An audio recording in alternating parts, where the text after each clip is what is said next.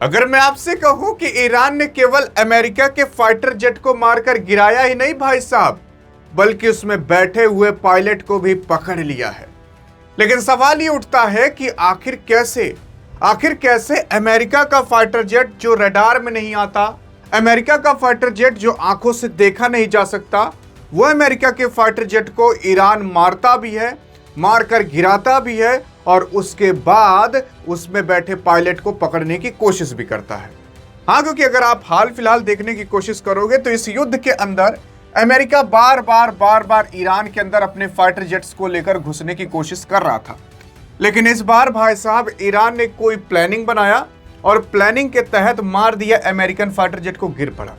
अब कुछ लोग कह रहे हैं कि अमेरिका का F-35 जहाज गिरा है, कुछ लोग कह रहे हैं कि अमेरिका का F-15 जहाज गिरा है। अब ये F-35 और F-15 जहाज किस खेत की मूली है और कौन से ज्यादा ताकतवर है, पहले इसको समझते हैं, फिर जानेंगे कौन सा गिरा है। देखो यार, F-15 जहाज, कुछ लोग कहते हैं कि F-15 जहाज F-16 जहाज से कमजोर है। नहीं, उतना भी कमजोर नहीं है। जो F-15 जहाज है वो 4.5 जनरेशन का है और जो F-35 जहाज है वो F-35 5th जनरेशन का है। इससे ये पता चलता है कि F-35 वाला ज़्यादा डेंजर है और F-35 वाले को रडार में पकड़ा भी नहीं जा सकता, क्योंकि ये स्टील्थ है। इसके ऊपर ऐसी कोटिंग की गई रहती है कि आप इसे पकड़ नहीं सकते, रडार में देख नहीं सकते। और जो F-15 वाला जहाज है इसकी स्पीड बहुत ज़्यादा है, तो स्पीड की वजह से ये सब चीज़ों को मात दे देता है। और F-35 वाला स्टील्थ है, जिसकी वजह से इसे रडार में देखा नहीं जा सकता। अब F-35 वाला ज़्यादा डेंजर माना जाता है। हाँ, वो बात की बात है कि F-35 के पास F-15 से ज़्यादा स्पीड नहीं है, लेकिन तब भी F-35 वाला ही ज़्यादा डेंजर माना जाता है। लेकिन जो अभी ईरान की मीडिया ये कह रही है कि आखिरकार कौन सा गिराया गया है, तो F-15 जहाज मारकर गिराया गया है। कुछ समय पहले ये भी कहा जा रहा था कि F-35 भी मारकर गिराया गया है, और गिराया ही गया है, क्योंकि अभी तक 20 से ज़्यादा इनके एयरक्राफ्ट को मारकर गिरा दिया जा चुका है, किसी और के माध्यम से नहीं बल्कि ईरान के माध्यम से। और जानते हो भाई साहब, यहाँ पर ईरान ने जो इजेक्शन सीट होती है, उस इजेक्शन सीट को भी देख लिया है। इससे ये पता चलता है कि यार इसके अंदर जो पायलट बैठा था, उस पायलट ने इजेक्शन सीट को खोला और खोलने के बाद यहाँ पर जाकर लैंड किया। ये वो कुर्सी है जिस कुर्सी पर पायलट बैठा रहता और चलाता है, और वो कुर्सी अब पकड़ ली जा चुकी है, किसी और के माध्यम से नहीं बल्कि ईरान के माध्यम से। और ईरान कह रहा है कि जो इस पायलट को पकड़ लेगा उसको लगभग $60,000 तक का हम इनाम देंगे, मतलब 50 से 60 लाख रुपए का। अभी पूरी की पूरी ईरान की जनता भाई साहब इस पायलट को ढूंढने में जुट चुकी है। और ईरान के जो फुटबॉलर और बाकी अन्य खिलाड़ी थे, वो लोग तो इंस्टाग्राम पर स्टोरी इस तरीके से डाल रहे हैं कि अपना पूरा का पूरा मेडल लगा दे रहे हैं, कह रहे हैं कि मेरा पूरा मेडल ले लो, बस इस अमेरिकी जो पायलट है इसको पकड़ लो। अब इस अमेरिकी पायलट को पकड़ के करेंगे क्या एक आदमी से युद्ध शांत हो जाएगा? अरे यार, बहुत कुछ कर सकते हैं। जैसे कि अगर इस अमेरिकी पायलट को ये लोग पकड़ लेते हैं तो पकड़ने के बाद उसे टॉर्चर कर सकते हैं, उसकी वीडियो बनाकर पूरे अमेरिका के अंदर फैला सकते हैं, और फैलाने के बाद फिर सब कुछ आएगा ट्रंप के ऊपर। ट्रंप उसे तो छुड़वा जाकर जल्दी, क्योंकि जो अमेरिकी जनता यार ना, वो इतना सहती नहीं है। हाँ जी हाँ, जैसे भारत के अंदर मान लेते हैं कुछ हो गया तो आप और हम सह लेते हैं, अमेरिकी जनता उनका नहीं सहती, वो तुरंत रोड पर आ जाती है और अभी भी रोड पर आई हुई है। तो वहां पर बहुत बड़ा बवाल मच जाएगा। और उसी के साथ साथ ईरान भाई साहब अभी एक गैस प्लांट पर भी अटैक कर दिया है, जो कि यूएई के अंदर है। उसी के ही साथ साथ अभी क्लेम कर रहा है कि F-15 जहाज तो मारकर गिराए हैं और हम पायलट को भी पकड़ने की कोशिश कर रहे हैं, और अगर पकड़ लिया तो बहुत बड़ा मुद्दा ये बन जाएगा। और दूसरी चीज, ईरान जो है वो भाई साहब अभी अपनी जनता को भी कह चुका है कि आप मारिए, मतलब ईरान नहीं कहा, लेकिन उसकी जनता खुद अपनी गवर्नमेंट को कह रही है कि ईरान आप चिंता मत करो, हमारे पास जो हथियार है ना, हम उससे मारेंगे। और जानते हो, ईरान के अंदर अभी पूरी तरीके से जैसे मधुमक्खी नहीं मंडराती, वैसे अमेरिका के हेलीकॉप्टर्स और अमेरिका के फाइटर जेट्स मंडरा रहे हैं। जानते हो किस लिए?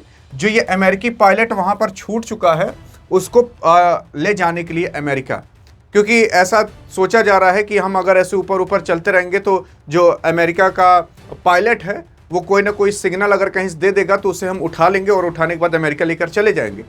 लेकिन अभी तक ना तो अमेरिका वाले ही अपने पायलट को पकड़ पाए हैं, ना तो ईरान वाले ही पकड़ पाए हैं। क्या पता जब तक आप वीडियो देख रहे हो तब तक पकड़ लिया जा चुका हो, लेकिन अब बहुत मुश्किल है ढूंढना उस बंदे को, क्योंकि वो कोने में कहीं जाकर छिपा होगा और वहाँ पर ईरान तो पकड़ सकता है, लेकिन अमेरिका पकड़ ले, अमेरिका अपने पायलट को ले ले, ये बहुत मुश्किल बात है। और उसी के ही साथ साथ अब जो वहाँ पर फाइटर जेट्स और जो वहाँ पर हेलीकॉप्टर्स आ रहे हैं ना, ये रेस्क्यू ऑपरेशन करने के लिए कैसे भी करके अपने पायलट को बचा कर लेकर चले जाएं। मैं आपको बता दूं, जो हेलीकॉप्टर्स आ रहे हैं उन हेलीकॉप्टर्स पर जो नीचे खड़े आम लोग हैं ना, वो लोग गोली बारूद चला रहे हैं। और ऐसा भी कहा जा रहा है कि एक हेलीकॉप्टर तो क्षतिग्रस्त भी हो गया है, बस बच गया गिरते गिरते। अब क्या हुआ है क्या नहीं वो बात की बात है, लेकिन अभी ईरान भाई साहब ये भी कह रहा है कि हमने F-35 भी मार कर गिराया है और F-15 भी मार कर गिरा दिया। उसी के साथ साथ अगर आप ये देखने की कोशिश करोगे तो यहाँ पर जो अभी गिरा है, ईरान की गवर्नमेंट ने सब कुछ दिखाया। देखो भैया, ये सारे के सारे टुकड़े गिरे हुए हैं और ये टुकड़े हम आपको शेयर करते हैं अगर आपको विश्वास ना हो रहा हो तो। F-35 का भी ऐसे उसने शेयर किया था और F-15 का भी इसी तरीके से शेयर किया है। अब ईरान कुछ समय पहले ये क्लेम किया था कि हमने जो F-35 को शूट डाउन किया था उसके पायलट को हमने कैप्चर करके रखा है और F-15 जहाज वाले को भी रख सकता है। और अब यूएस की मीडिया में ये बहुत तेजी से फैल रहा है। आपको विश्वास ना हो रहा तो आप जाकर खुद देख सकते हो कि कैसे फैल रहा है और वहां की मीडिया किस तरीके से ट्रंप के ऊपर भड़क जा रही है कि यहां पर युद्ध नहीं था तब भी हम चले गए और अब देखिए क्या हो रहा है। और सबसे बड़ी बात ये अमेरिका गया था ईरान के अंदर रिजीम चेंज कराने। अब अमेरिका के जो आर्मी चीफ ऊफ हैं उसमें ही रिजीम चेंज हो जा रहा है। जो हेक्सिथ है उन्होंने कह दिया है यूएस की आर्मी के टॉप जनरल को कि तुम अब इस्तीफा दे दो। जो यूएस डिफेंस सेक्रेटरी हैं उन्होंने कह दिया कि भैया आर्मी के चीफ जिनका नाम रैंडी जॉर्ज है, उनको कह दिया कि भैया आप इस्तीफा दे दो, आपकी वजह से हम बहुत मार खा रहे हैं और जैसे पहले अमेरिका लड़ा करता था वैसे लड़ नहीं पा रहा है।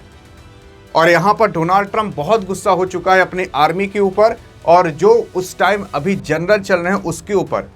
वो जो रैंडी जॉर्ज, उसको कह चुके हैं भैया तुम इस्तीफा दे दो, तुम्हारे बस का नहीं है लड़ना उड़ना। मतलब इतनी बुरी कंडीशन अब आ चुकी है। आर्मी के चीफ के जो रिजीम है वो चेंज हो जा रहा है। ये लोग उतरे थे ईरान के अंदर रिजीम चेंज करने के लिए, तो इतनी बुरी परिस्थिति है। और अमेरिका का फाइटर जेट अब वाकई में मार कर गिराया जा रहा है, ये अब अमेरिका के हरकत से पता चल जा रहा है। लेकिन आप सोच रहे होंगे कि क्या अमेरिका को ही नुकसान हो रहा है?